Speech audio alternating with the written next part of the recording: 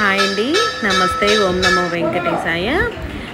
నిన్న గోపాల్ నగరంలోని 3వ లైన్లో మొదటన ఉన్న వెంకటేశ్వర స్వామి గుడిలో పౌర్ణమి సందర్భంగా గరుడ సేవ జరిగిందండి.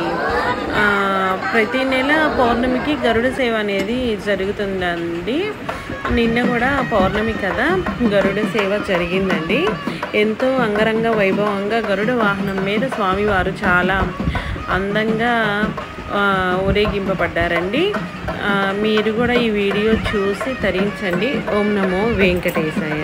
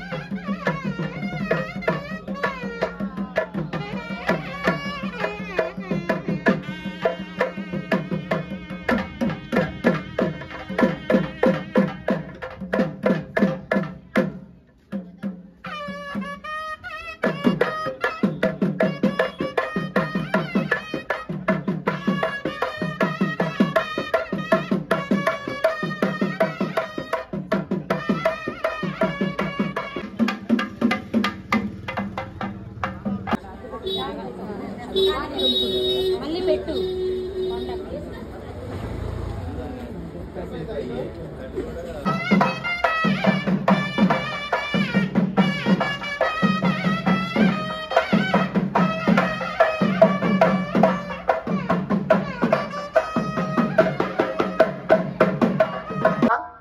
ఆ స్వామి ప్రతిష్టతో పాటు జీవస్తంభం అంటే ధ్వజస్తంభం ప్రతిష్ఠ చేయాలి అని చెప్పి సంకల్పించుకున్నాం మేము.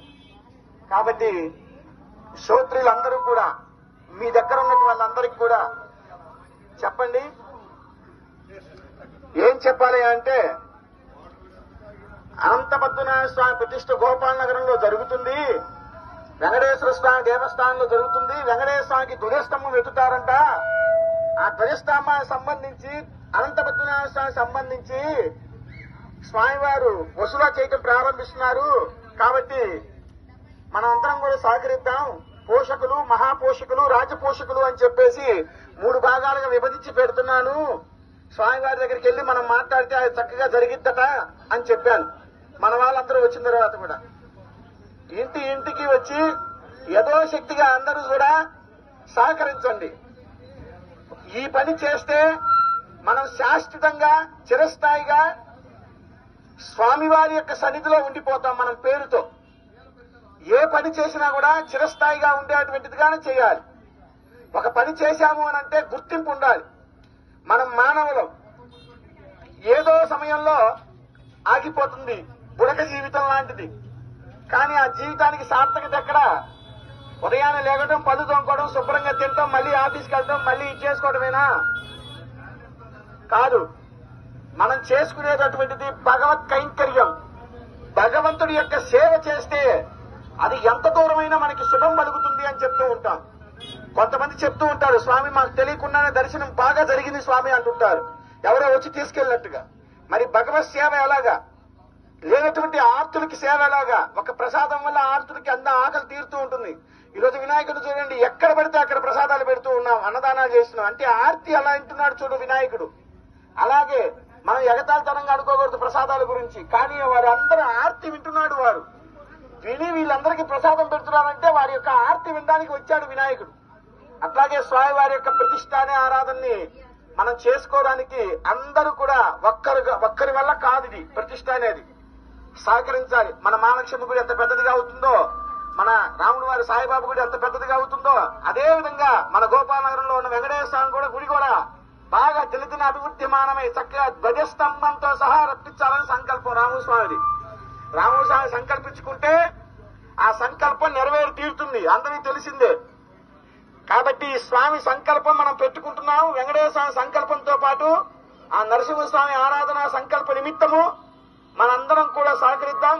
మా సేవకులందరూ కూడా వస్తారు ఇంటింటికి. లేదనుకుండా 10 మందిని కలిపి పక్కన ఉన్నటువంటి వాళ్ళకి కూడా చెప్పి చేయించాల్సిన బాధ్యత కూడా మీ అందరిది కూడా. అది గుర్తు పెట్టుకోండి. ఇంటి దగ్గర కావచ్చు, ఇంటి బయట కావచ్చు, హాస్టల్లో ఉండనివ్వండి, అమెరికాలో ఉండనివ్వండి.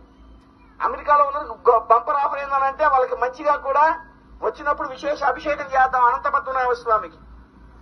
ప్రతిరోజు స్వామి నరసింహస్వామికి అభిషేకం జరుగుతుంటుంది. బయట చూస్తూ ఉంటాం మనం రోజు జరిగేటువంటి క్రతువుని. అట్లాగే అమావాస్య 3 రోజులు వెంకటేశ్వర జరుగుతుంది, పౌర్ణమి గరుడి సేవ జరుగుతుంది. ఇంతకంటే నిదర్శనం ఏం కావాలి? మనకి సేవ బాగా జరుగుతున్నాయని గుళ్ళల్లో. కాబట్టి మీరందరూ కూడా ప్రతి ఒక్కరికి పేరు పేరుని చెప్పి 10 మందికి ఒక్కొక్క కాంప్లెక్స్ అంటే ఒక్కొక్క వీధిలో ఒక్కొక్క నలుగురిని కలుపుకుంటూ ఆ సేవని చక్కగా జరిపించే మార్గం ప్రయత్నం చేయండి అని చెప్పి తెలియజేస్తున్నాను. అందరూ సహకరించాలి, సహకరిస్తారని స్వామివారికి అనుగ్రహం మీ అందరికీ ఉండాలని చెప్పి తెలియజేసుకుంటూ అందరం కూడా 2 మంత్రాలతో 3 మంత్రాలు కంప్లీట్ చేద్దాం ఈ పూట. మొట్టమొదటిగా భాద్రపద మాసం కాబట్టి గణేష్ మహారాజుకి గోవింద.